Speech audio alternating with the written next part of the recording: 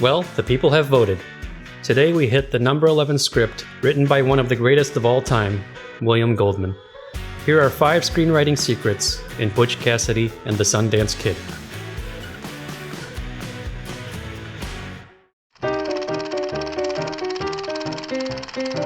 One of the many things that pops out about this story is the relentless posse that pursues Butch and Sundance. Alfred Hitchcock famously said, "The more successful the villain, the more successful the picture." So the antagonist should be strong. They should test the very limits of our hero. That's exactly what happens in this film. After the second train robbery, another train appears. It's dark and menacing. A posse erupts on horseback and immediately starts their relentless pursuit. Butch and Sundance split up from the others, but the posse remains on them. Later, when fleeing from a brothel in town, Butch tries to release the posse's horses. Even the horses are unyielding. They realize the reason for the posse's incredible tracking skills. Look out there. Lord Baltimore? Lord Baltimore, that's right, and he could track anybody.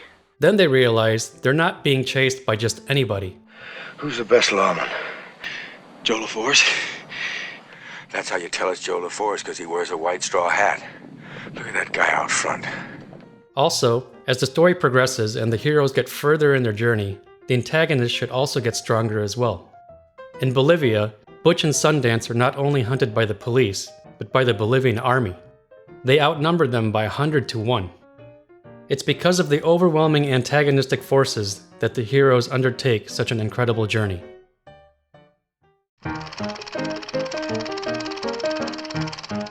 Let's talk about stakes.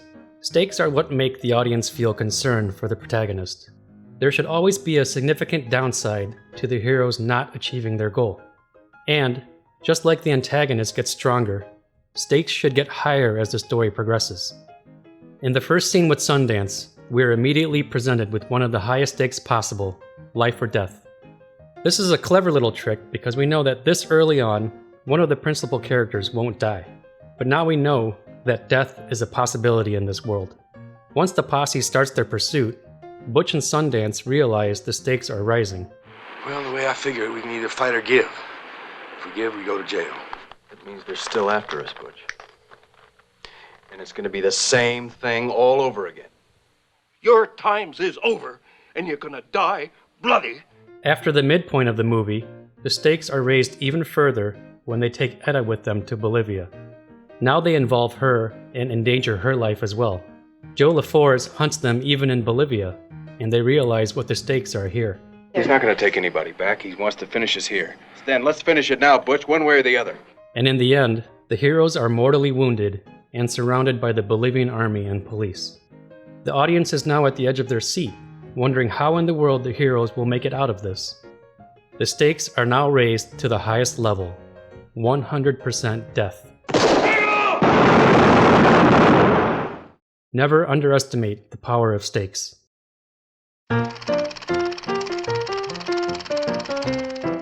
Reversals are essentially an unexpected outcome that goes against the audience's expectation of what will happen. Reversals are a wonderful part of a well-written story. And since William Goldman was one of the best screenwriters of all time, he was a master at this. Here's a classic example of a reversal, one that's become copied and trite over the years.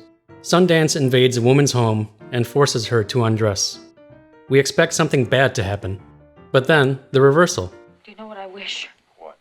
That once you'd get here on time. It turns out they knew each other all along. Their friend Sweetface leads the posse on a wild goose chase away from the heroes. But then the reversal. The posse returns and Sweetface betrays them. Another great example. The heroes go into their first bank in Bolivia. We expect them to be okay with the language because of this. Butch speaks some Spanish. I can wrestle with the menu, okay? But then, Buenos días, señores. ¿Les puedo servir en algo? Ordenen para atenderlos, por favor, de inmediatamente.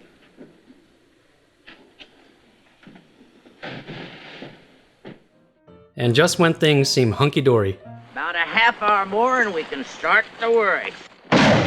reversals don't always need an entire scene either. They can work in an instant as well. They said you were dead. Don't make a big thing out of it. No, make a big thing out of it. See how reversals make for a delicious story experience for the audience?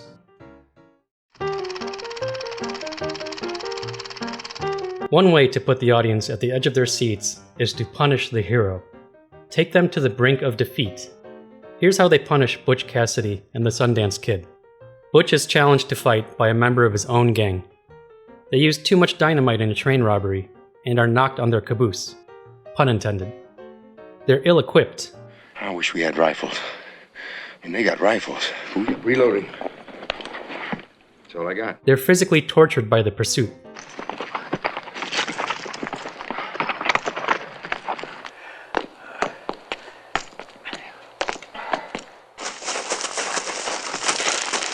You're joking me! I can't swim for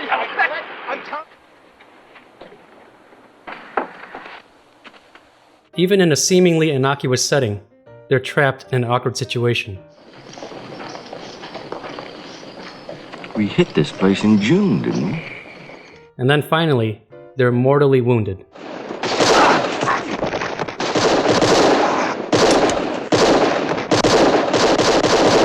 So if you want the audience to root for the hero, put them through the ringer.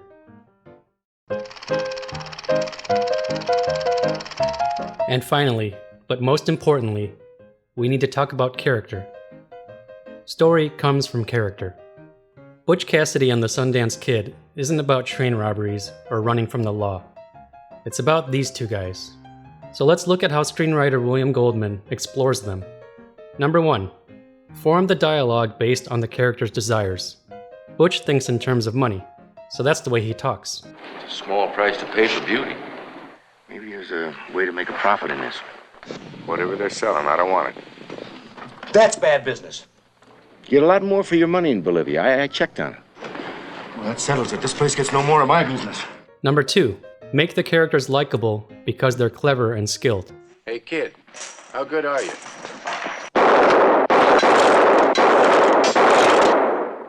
Well, now, Butch, you gotta have more respect for me than to think that I'd ever fall for a stunt like that. Open the door, Woodcock, or tell her goodbye. Thy kingdom come, thy will be done. Okay.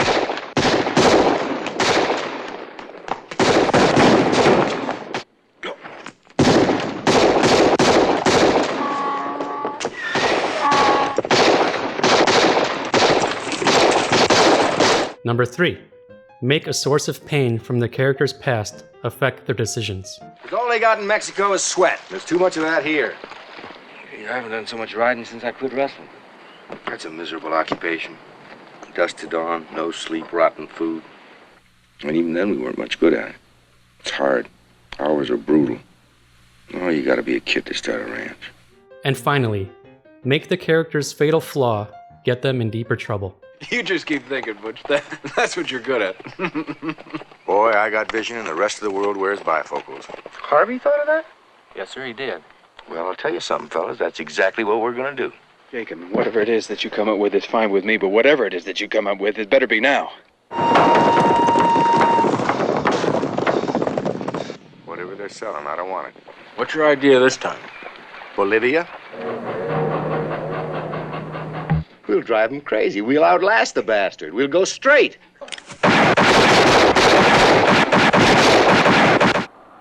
Well, we've gone straight. What'll we try now? With all this deep character development, we can see how the story writes itself. So what are your thoughts? Let us know if you have anything to add by leaving a comment below. If you like Script Sleuth and the work we're doing, please consider supporting us on Patreon. As thanks for your generous and valuable support, patrons can get early access to future videos, a copy of the full film analysis notes for each script, and get priority voting on the next film to be covered. Thank you so much for watching. If you haven't already, please subscribe to Script Sleuth to be notified of upcoming videos. See you next time.